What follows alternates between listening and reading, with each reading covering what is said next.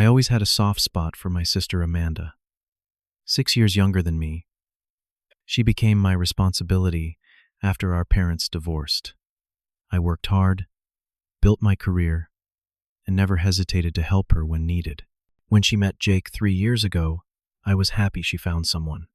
For the past 2 years, I have been paying their bills, covering rent, utilities, everything, until last week when I overheard them laughing about how easy it was to take advantage of me. Before I get into this story, let me know where you are watching from. Hit that like and subscribe button if you have ever felt taken advantage of by family members who should appreciate you the most. Growing up in Boston in a middle-class neighborhood, I learned the value of hard work from an early age. My name is Dwayne, and at 32 years old, I have managed to build a stable life for myself, despite the challenges my family faced when I was younger. Our parents divorced when I was 16, and Amanda was just 10 years old. That event changed everything for us, especially our family dynamics. With Dad gone and Mom working 2 jobs to keep the household running, I quickly stepped into the role of a second parent for Amanda. I remember clearly how her eyes would light up whenever I returned home from my part-time job at the local grocery store. She would run to the door, eager to show me her latest art project or tell me about her day at school. Even at 16, I understood the importance of being there for her. I would help her with homework, make her favorite mac and cheese for dinner when Mom worked late, and chase away the monsters under her bed with my trusty flashlight. These small moments bonded us in ways that went beyond the typical sibling relationship. After graduating high school, I decided to attend the local state university to study finance. This allowed me to stay close to home and continue supporting my family. Throughout college, I worked evenings and weekends, often sacrificing my social life to make sure Amanda had what she needed for school and activities. When Amanda turned 16, I saved up for months to buy her driving lessons, and even contributed to her first car, a used Honda Civic that she adored. The look on her face when I handed her those keys made all the extra shifts worth it. I will never forget how she jumped up and down in excitement before throwing her arms around me in the tightest hug. After college, I landed a job as a financial analyst and gradually worked my way up to become the chief financial officer at a small but growing software company. The position came with a comfortable salary that finally allowed me to move into my own apartment and start building savings for the future. Throughout this time, I continued to support Amanda through her college years, helping with tuition payments and sending her care packages during finals week. Our weekly Sunday brunches became a tradition once Amanda started college. Even during her busiest semesters, she would make time to meet me at our favorite diner. We would spend hours catching up, laughing about childhood memories and discussing our dreams for the future.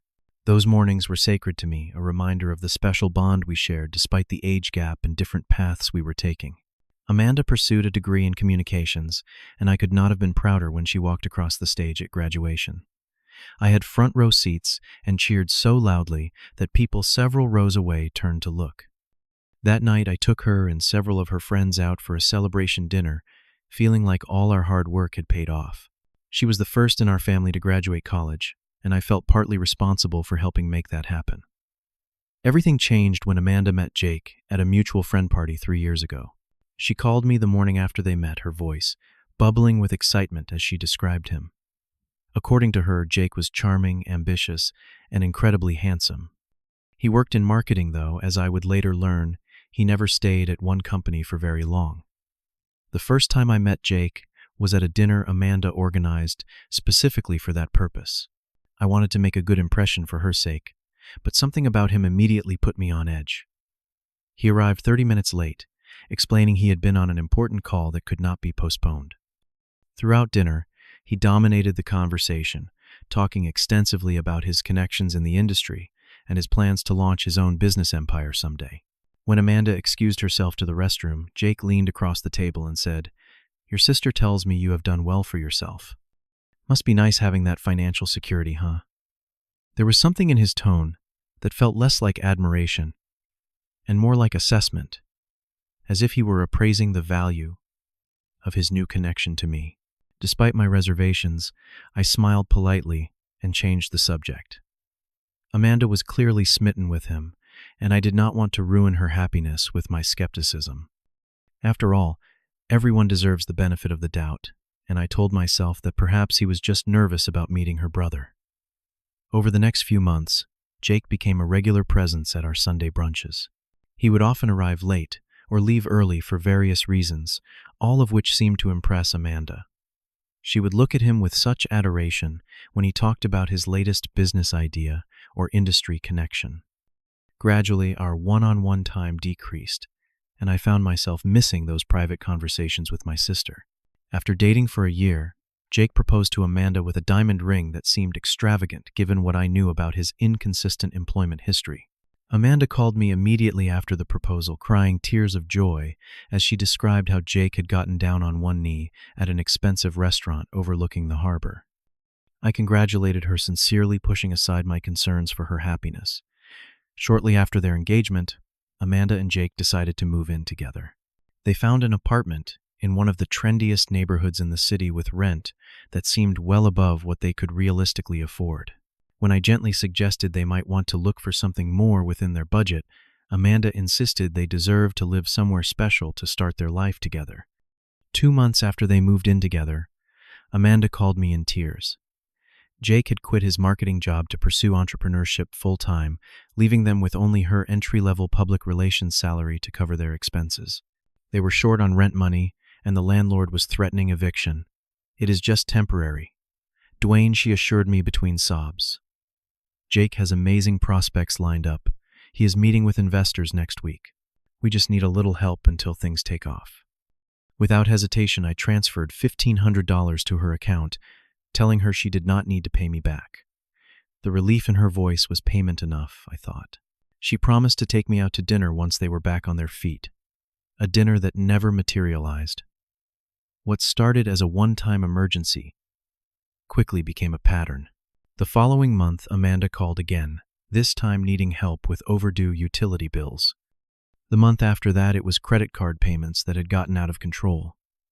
Each time the request came with assurances that it was just until Jake secured funding for his business ideas. I noticed that Amanda rarely expressed gratitude beyond a quick thanks text after the money appeared in her account. It seemed she had begun to expect my financial support as a given rather than the significant gesture it was. Still, I reminded myself that she was my little sister, and helping family was what I had always done. Jake, for his part, became increasingly scarce at family gatherings. When he did attend, he would avoid direct conversation with me, sticking to superficial pleasantries before finding reasons to speak with someone else. On the rare occasions we did talk, he never mentioned the financial assistance I was providing, acting as if it simply did not exist. 6 months into this arrangement, I was scrolling through social media when I saw photos of Amanda and Jake on a beach in Hawaii, cocktails in hand, and wide smiles on their faces. This vacation happened during the same week Amanda had told me they could not make rent because Jake was between opportunities. I felt a knot form in my stomach as I looked at those images, but I pushed the feeling aside, telling myself perhaps they had gotten a great last-minute deal or used airline points. When I casually mentioned the trip during our next brunch, Amanda waved it off. "We deserved a break, Dwayne. Jake has been working so hard on his business plan, and I have been picking up extra projects at work. Sometimes you need to invest in yourself and your relationship." I nodded, though. The explanation left me feeling uneasy. Their Instagram feeds continued to show regular outings to expensive restaurants, designer clothes, and weekend getaways, all while the requests for financial help became more frequent and larger in amount. The constant outflow of money to support Amanda and Jake began taking a toll on my own financial situation. My plans to purchase my first home had to be put on hold as my savings dwindled. I found myself dipping into my retirement account to cover some of their larger expenses, something my financial advisor strongly cautioned against. Social invitations from friends were often declined because I worried about the expense. Even simple pleasures like my morning coffee shop stop became luxuries I could no longer justify. Night after night, I would lie awake reviewing my budget, trying to figure out how to make everything work while continuing to support my sister and her fiancé. My friend Lisa, who had known both Amanda and me since childhood, expressed concern one evening as we had dinner at my apartment rather than going out as originally planned. "Dwayne, when was the last time you bought something just for you?" she asked, noticing how I had started to reuse tea bags and keep the thermostat uncomfortably low to save on utilities. "I'm fine, Lisa. This is just temporary, until Amanda and Jake get on their feet," I responded using the same words my sister had repeated to me for nearly a year. Lisa set down her fork and looked at me directly. "And what if they never do? What if this is the new normal? You cannot set yourself on fire to keep them warm, Dwayne." Her words struck a nerve, but I was not ready to acknowledge the truth in them. Amanda was my responsibility. I had promised myself long ago that I would always take care of her. The situation reached a breaking point when Jake approached me with his latest business venture, a cryptocurrency trading platform that he claimed would revolutionize the market. He needed investors, and as family, he thought I might want to get in on the ground floor. "I am sorry, Jake, but I do not have that kind of money to invest right now," I explained truthfully. Between my regular expenses and supporting them, my financial cushion had all but disappeared. Jake's friendly demeanor instantly cooled. "I thought you financial types were all about smart investments. Guess you are more risk-averse than Amanda said." When I spoke with Amanda later, she called me Kio Kiert, the Vietnamese word for stingy that our grandmother had taught us as children.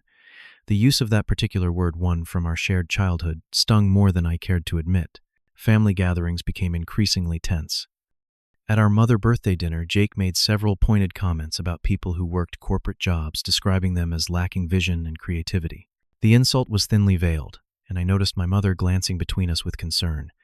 After nearly 2 years of unconditional support, I finally began placing conditions on my financial assistance. I asked Amanda to show me their budget and financial plan for becoming self-sufficient. The suggestion was met with indignation. "We are adults, Dwayne, not children. You need to supervise," she snapped during a phone call. "If you do not want to help us anymore, just say so." "That is not what I am saying," I clarified. "I want to help you build financial independence, not dependence," whatever she replied before hanging up. Last Thursday evening, I stopped by their apartment unannounced. I had just received my annual bonus, and despite my reservations, decided to give Amanda and Jake enough money to cover their rent for 2 months. I thought perhaps this larger sum might give them the breathing room needed to truly get their finances in order. As I approached their door, I could hear laughter from inside. I raised my hand to knock but froze when I heard my name mentioned. "Dwayne makes it so easy," Jake was saying between chuckles. "All Amanda has to do is sound a little sad on the phone, and boom, money appears in our account. He thinks we cannot possibly manage on our own," Amanda replied, her voice containing none of the gratitude or respect I had foolishly believed still existed beneath the surface. Poor Dwayne and his savior complex. I stood motionless as Jake began imitating my voice. "Hey sis, your big brother is always here for you. Whatever you need, just ask." His mockery was followed by more laughter. "As long as he keeps paying, let him think whatever he wants," Amanda added.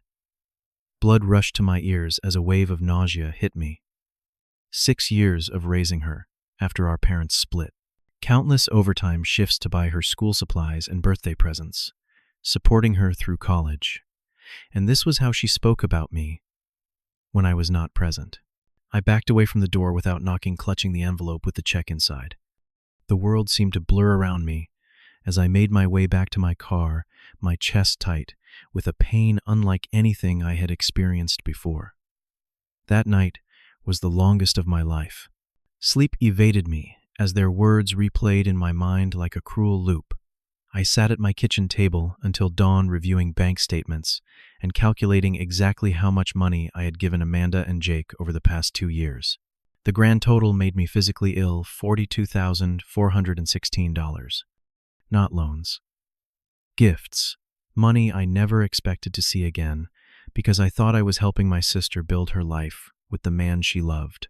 Instead, I had become nothing more than their personal ATM, a joke they laughed about behind closed doors. When morning finally arrived, I called in sick to work for the first time in 3 years. Then I made 2 appointments, one with my financial advisor and another with the therapist I had seen briefly after our parents divorced. I needed perspective from professionals who could help me navigate this betrayal. My financial advisor was blunt. At this rate, you will never retire, Dwayne. This level of financial support is unsustainable and damaging your future. My therapist was equally direct, but focused on the emotional aspect. Helping others is admirable, but not when it comes at such a cost to your well-being. Not when that help is being exploited rather than appreciated. By the end of that day, I had made my decision. It was time to cut them off completely.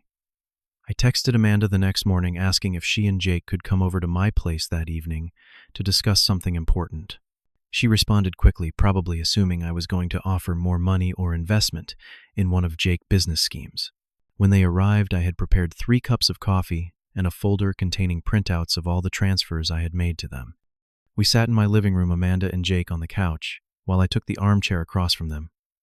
"Is everything okay, Dwayne?" "You seem tense," Amanda asked, her eyes showing concern that I now recognized as performative. "I stopped by your apartment last night," I said quietly. "I did not knock because I overheard your conversation. About me. About how I make it so easy for you to get money. About my supposed savior complex." The color drained from Amanda's face, while Jake shifted uncomfortably on the couch. For a moment, neither of them spoke. "I do not know what you think you heard," Amanda finally said, "but you must have misunderstood." "There is no misunderstanding what I heard, Amanda. You and Jake were laughing at me, mocking me for helping you, for caring about you." Jake leaned forward, his expression suddenly aggressive.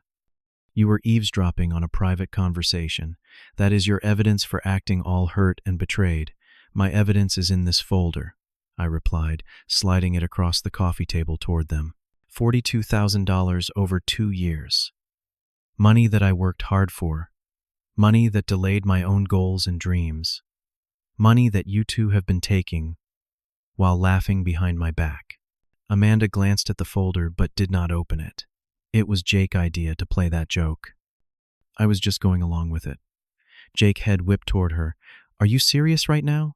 Do not throw me under the bus." "I am done," I said firmly, cutting off their argument. "No more money. No more paying your bills. No more bailing you out. You are both adults. Figure it out on your own." Jake stood up suddenly. "You know what, fine. We do not need your charity anyway. Amanda does not need a brother who holds money over her head like some kind of control freak." "This has nothing to do with control," I responded, remaining seated and keeping my voice even. "This is about respect and gratitude, neither of which you have shown." Amanda began to cry, tears streaming down her face as she pleaded, "Dwayne, please. We are family. You cannot just cut me off like this. I am not cutting you off as my sister Amanda. I am cutting off the financial support that you and Jake have taken for granted and mocked." Jake grabbed Amanda's arm. "Come on, we do not have to listen to this. He will get over it in a week when he remembers how much he needs to play the hero." As they moved toward the door, Jake turned back to me. "You will regret this decision. You will never see your sister again if that is how you want it to be." "That is not my choice," I replied. "But my decision about the money stands." The door slammed behind them with such force that a framed photo on the wall fell to the floor, the glass cracking as it hit the hardwood. Ironically, it was a picture of Amanda and me at her college graduation, both of us smiling proudly at the camera. I left it where it fell, too emotionally drained to pick up the pieces. The aftermath of my decision was immediate and intense. Amanda called me 17 times the next day, leaving voicemails that ranged from tearful apologies to angry accusations. Jake sent text messages that became increasingly threatening, suggesting he would tell our extended family that I had abandoned my sister in her time of need. My mother called, her voice tight with disappointment. "How could you do this to your sister, Dwayne? She told me you suddenly refused to help them with rent. They might be evicted." I took a deep breath before explaining what had happened. I recounted the conversation I had overheard and the systematic taking advantage of my generosity. My mother was silent for a long moment after I finished speaking. "I raised you to help family," she finally said. "But I also raised you both to be respectful and grateful. Let me talk to Amanda." Some mutual friends took Amanda's side without hearing my explanation. I received cold shoulders at gatherings and was excluded from certain events. Each rejection stung, but not as much as the original betrayal had. I reminded myself that true friends would at least listen to my side of the story before passing judgment. Through it all, I held firm. Not a single dollar left my account for Amanda or Jake. When one of their friends contacted me saying they were desperate and about to be evicted, I suggested they look into affordable housing options and financial assistance programs. I provided information, but not money. The first month was the hardest. I constantly battled guilt and second-guessed my decision. Had I overreacted? Was I being too harsh? Should I have given them one more chance? But then I would remember the sound of their laughter as they mocked my support, and my resolve would strengthen again. Lisa became my rock during this time. She brought over dinner on nights when I could not summon the energy to cook and listened patiently as I worked through my complicated emotions. "You did the right thing," she would remind me. Sometimes the kindest thing you can do for someone is to stop enabling them. As the weeks passed, I began to notice positive changes in my own life. My savings account started to recover. I was able to reschedule meetings with real estate agents to restart my house hunting journey. The constant stress headaches that had plagued me for months gradually subsided. I rediscovered old hobbies that had been shelved due to lack of time or money. Hiking trips on weekends. Guitar lessons I had always wanted to take. A cooking class where I met new people who knew nothing about my family drama. Slowly, I began rebuilding a life that was authentically mine, not defined by my role as Amanda's perpetual safety net. 3 months after our confrontation, I received a text message from Amanda that was different from her previous attempts at contact. No emotional manipulation, no guilt trips, just a simple request to meet for coffee at a neutral location. I agreed, setting clear boundaries that this would be a conversation only, not a negotiation about financial support.